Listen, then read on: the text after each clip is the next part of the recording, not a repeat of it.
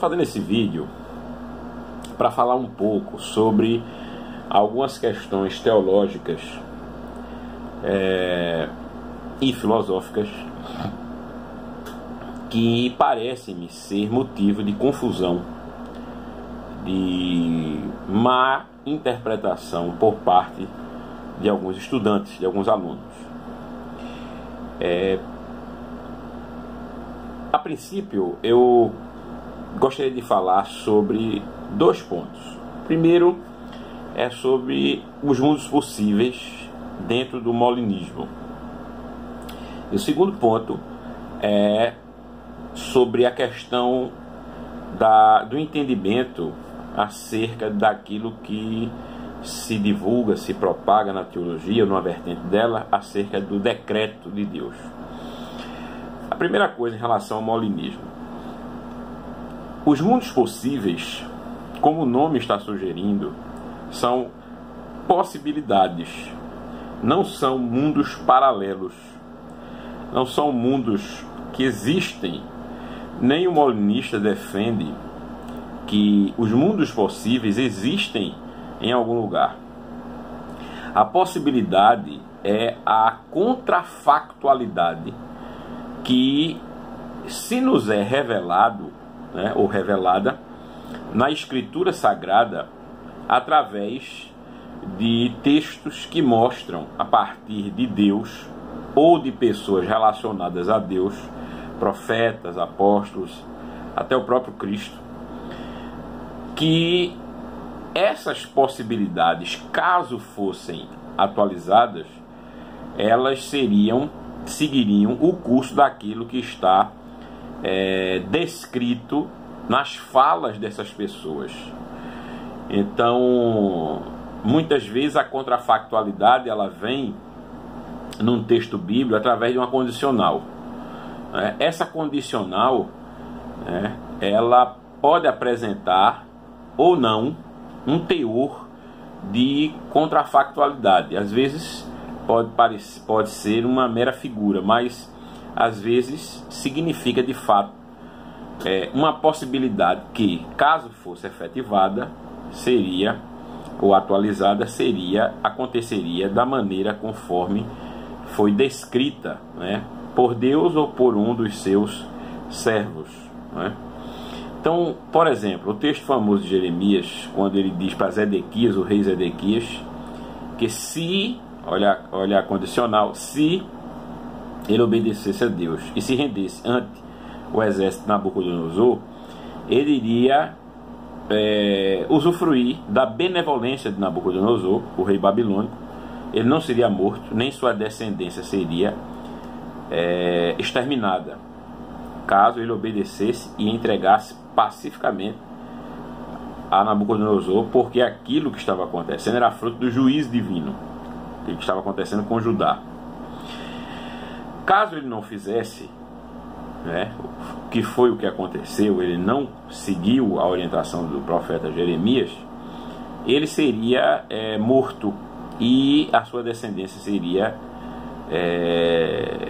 exterminada. Ele perdeu seus filhos, que foram degolados antes dele, inclusive perdeu os olhos, o rei Zedequias.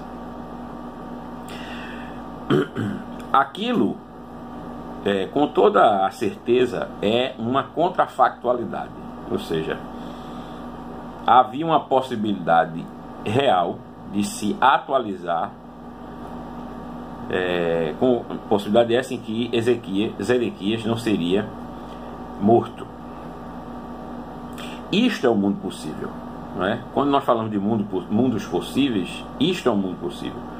O mundo possível é um mundo de possibilidades. Essas possibilidades estão todas sob o escrutínio da onipotência, da onipresença, da onisciência, da presença de Deus, do amor de Deus, da benevolência divina, tudo debaixo do ser de Deus. Todas as possibilidades debaixo do controle de Deus. Falar em decreto eterno, é pegar um texto, certo? Um texto bíblico como o de Efésios, por exemplo.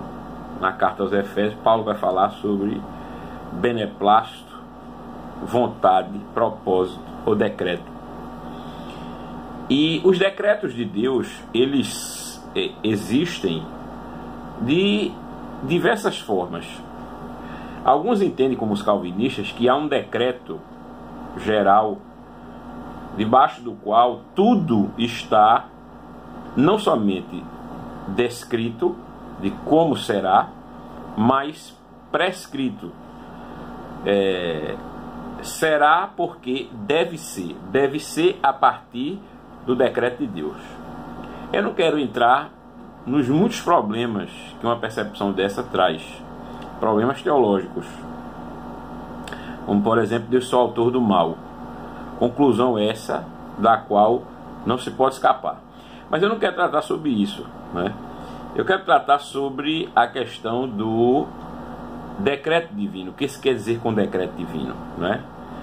E se há a possibilidade de que nos mundos possíveis, os mundos que Deus conhece, que poderiam atualizar-se, em tais mundos, se este que nós vivemos de fato é o melhor dos mundos, nos quais Deus é glorificado e o seu plano concretiza-se concomitantemente à liberdade humana.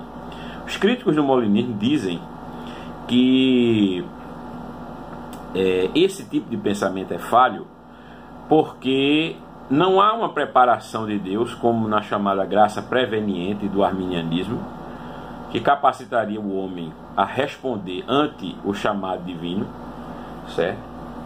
Tornando Deus refém do homem, né? Não há somente isso, mas também existiria a possibilidade de que, se Deus está refém do homem, para que o conhecimento de mundos possíveis? É como se o molinismo fosse um arminianismo piorado, não é? A ideia que se tenta passar é esta: o arminiano, muitas vezes, ele observa o molinismo e ele diz assim: eu não preciso do molinismo porque o arminianismo já assegura a devida autonomia humana. O calvinista, por sua vez, ele diz que não precisa do molinismo porque tudo que acontece está sob o escrutínio da vontade divina e, de qualquer modo, tanto no arminianismo quanto no molinismo, Deus estaria refém da vontade humana, mesmo fazendo ou criando um mundo possível onde a vontade dele adequa-se à vontade humana. E na infinitude ou na infinidade de mundos possíveis, há um mundo em que as vontades humanas adequam-se à vontade divina. A questão é que o molinismo não defende que Deus só age criando um mundo em que a vontade humana adequa-se à vontade divina. O molinismo em nada se contrapõe ao fato de que Deus age no mundo, não é? Deus é Senhor, Deus é soberano. Deus pode fazer as coisas, e Ele faz, de modo tal que a sua vontade predomine, certo? A questão crítica é o limite da liberdade humana. Essa liberdade humana é entendida no calvinismo como inexistente, né? Ela é entendida como destruída a partir do conceito de total depravação. O conceito de total depravação, né, por sua vez, traz outros problemas, como a questão de prejudicar de maneira irreversível, de maneira total, como o nome sugere, a própria racionalidade. Os calvinistas defendem que a doutrina da total depravação não exime ou não abstém o homem de sua racionalidade. Mas há um contrassenso aí, porque se há uma total depravação, uma regeneração completa do gênero humano, todo e qualquer pensamento somente, né, para o mal, afligiria o próprio pensamento em si. Ou seja, seria impossível pensar. Se todas as faculdades positivas, boas, e o pensar é um bem, fossem atingidas de maneira total, o homem sequer poderia pensar. Esse é um problema do qual não se pode fugir. O arminiano também fala de uma total depravação humana, mas ele compreende que, através da graça preveniente, o homem está apto a responder de maneira autônoma acerca da conclamação que Deus faz para a salvação. O chamado de Deus pode ser respondido através da fé pelo homem por meio da graça de Deus. Isso também é problemático porque a graça de Deus, ela capacita de fato os seres a atenderem o chamado divino. Mas quando você limita as coisas a uma única possibilidade, que é baseada exclusivamente naquilo que Deus antevê, é difícil nós não imaginarmos em um sentido de destino. Aquilo que Deus anteviu acontecerá necessariamente. Então esse destino, ele assemelha-se muito ao fatalismo material, porque se vai acontecer, tem que acontecer por causa de um motivo. Se vai acontecer inequivocamente, tem que acontecer inequivocamente por causa de um motivo inequívoco. Esse motivo inequívoco, ele seria, se não a vontade de Deus, as causas naturais. Sendo as causas naturais, então desemboca-se, né, em um fatalismo materialista, do qual não se pode fugir também. O conceito de autonomia humana só é preservado de fato no molinismo, onde se tem as possibilidades de ação. Essas possibilidades todas existem como contrafactuais. São possibilidades reais. Elas são ativadas através das ações humanas. É claro que Deus sabe que ações elas acontecerão, mas há possibilidade de que aquilo não seja daquela maneira, mas de outra, ou são possibilidades reais. Essas possibilidades são reais.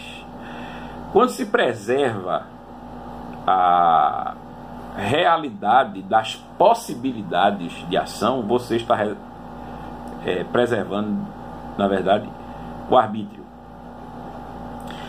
O arbítrio humano, né, é a base de toda essa discussão, porque o arbítrio humano, caso existindo, de acordo com os calvinistas, destruiria a soberania de Deus. Os arminianos entendem que o arbítrio humano, ele pode ser exercido mediante a graça preveniente. A graça preveniente capacita o homem a responder autonomamente ao chamado divino. Mas o fato é que desta maneira você coloca ou prefixa Deus como antevendo uma única linha temporal, que seria uma sucessão de eventos contingentes, rígida, uma sucessão rígida, portanto, com cheiro, gosto e sabor de destino. Quando você fala das contrafactuais, você está elencando possibilidades reais. Então você tem as ações divinas e a soberania de Deus mantida. Por quê? Porque ele atualiza, como é o caso deste mundo. O mundo em que as ações humanas, de um modo geral e final, confluem, né, coincidem com a vontade de Deus, além do que você preserva possibilidades reais de ações humanas. Essas possibilidades reais são mundos possíveis. Esses mundos possíveis existem na onisciência divina. Não quer dizer que esses mundos possíveis existam realmente, porque assim eles não seriam mundos possíveis, seriam mundos reais e seriam mundos paralelos, e não é isso que o molinismo defende, tá certo? O assunto, ele tem uma certa tecnicidade, ele tem um certo tecnicismo.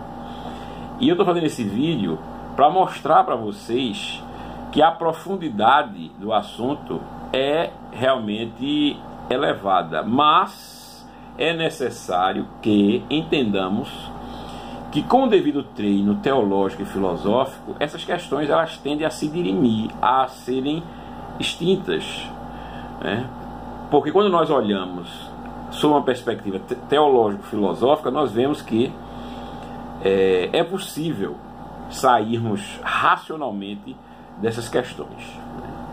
Que a Bíblia sugere contrafactuais, isso não há dúvida nenhuma. Que a Bíblia sugere possibilidades reais que efetivar-se-iam mediante escolhas humanas, isso também não se discute, não se cogita. Do contrário, a Bíblia estaria inventando. Do contrário, Deus, mais especificamente, estaria inventando, estaria mentindo acerca dessas possibilidades, porque elas seriam mera ilusão. Eu estou falando isso tudo para mostrar como é importante, né, em dias em que se questiona como nunca a existência de Deus, né, a existência de Deus como tal, ou seja, como Deus, sendo perfeito, ilimitado, agente, né, soberano deste mundo e que governa as coisas de tal forma que tudo redunde para a sua própria glória, que é o bem maior, né? Tudo resultar para a glória de Deus perfeito é o bem maior. Desde que começou-se a questionar, a partir de, por exemplo, Baruch Spinoza, né, para quem essa ideia de mundos possíveis não caía bem, e outros filósofos. No caso de Baruch Spinoza, ele era um judeu deísta. Mas outros pensadores, né, que discordam da abordagem molinista, o que se observa também é que há muito desconhecimento dos termos. Eu disse em outra ocasião que o fato da maioria das pessoas não conhecerem uma assertiva, uma premissa, não conhecerem uma ideia, uma doutrina, uma ideologia, um dogma, por exemplo, qualquer coisa que seja fruto da especulação racional humana, o desconhecimento da população atual dessas coisas não as invalida, né, nem automaticamente as coloca no patamar da inverdade, porque esse critério de justificação não é bom. Não é bom justificar premissas, e muitas delas antigas, a partir do desconhecimento do que se tem hoje, porque hoje se desconhece muito, né, e principalmente no nosso Brasil, né, onde as pessoas elas têm dificuldade inclusive de interpretar aquilo que elas têm acesso. O que se dirá daquilo que elas não têm? De modo que é muito importante para você que está estudando, para você que está trabalhando ou quer trabalhar com essas questões, entender que o molinismo não fala de mundos paralelos, mas de mundos possíveis, e que o decreto divino ele tem esta semântica dentro das diversas perspectivas teológicas, tá certo? Diferindo um sentido do outro. Dentro do calvinismo, o decreto divino engloba inclusive as mais ações humanas. No arminianismo não engloba. Mas nós temos o problema de Deus olhar as coisas de maneira prefixada, e isso constituir-se, se não em um destino, no sentido de ter tudo sido predestinado por Deus, mas um destino material, um destino com implicações materiais, o que é pior, porque não somente Deus não está no controle, como o homem também não está. As coisas aconteceriam por causa de um fatalismo material. E no caso do molinismo, que graças a Deus está surgindo no Brasil como, não como uma bandeira simplesmente, mas como uma proposta séria de tentativa de fazer com que os homens que estão falando cada vez mais em nome de Deus e muitas vezes se ufanando de tradições históricas de outros homens, né, que essas pessoas elas comecem a perceber que o que prevalece é o estudo criterioso, bíblico, sistemático, né, mais analítico, acima de tudo, do que dizem as Escrituras e do que diz a filosofia cristã, tá certo? Então eu vou precisar fazer esse vídeo principalmente para os alunos e alguns colegas que têm pedido, né? E aqui está o cumprimento da nossa promessa, tá certo? Nós vamos eventualmente estar fazendo vídeos sobre esses assuntos e outros, até em menor tempo do que esse, né? Esse já vai com 21 minutos, mas eu creio que essas explicações elas se fazem necessárias, tá bom? Muito obrigado por você ter acompanhado esse vídeo, tá certo? E você que está na região do Grande Recife e quer estudar teologia, procure o IALT, Instituto Aliança de Linguística, Teologia e Humanidades, né, que nós fundamos há alguns anos, cuja proposta é o ensino solidamente acadêmico e ministerial, né, sempre abraçando esses dois vieses, tá ok? Para que nós possamos produzir obreiros que sirvam com amor, carinho, né, afinco, perseverança, o reino de Deus, tá certo? Deus te abençoe, até a próxima em nome de Jesus.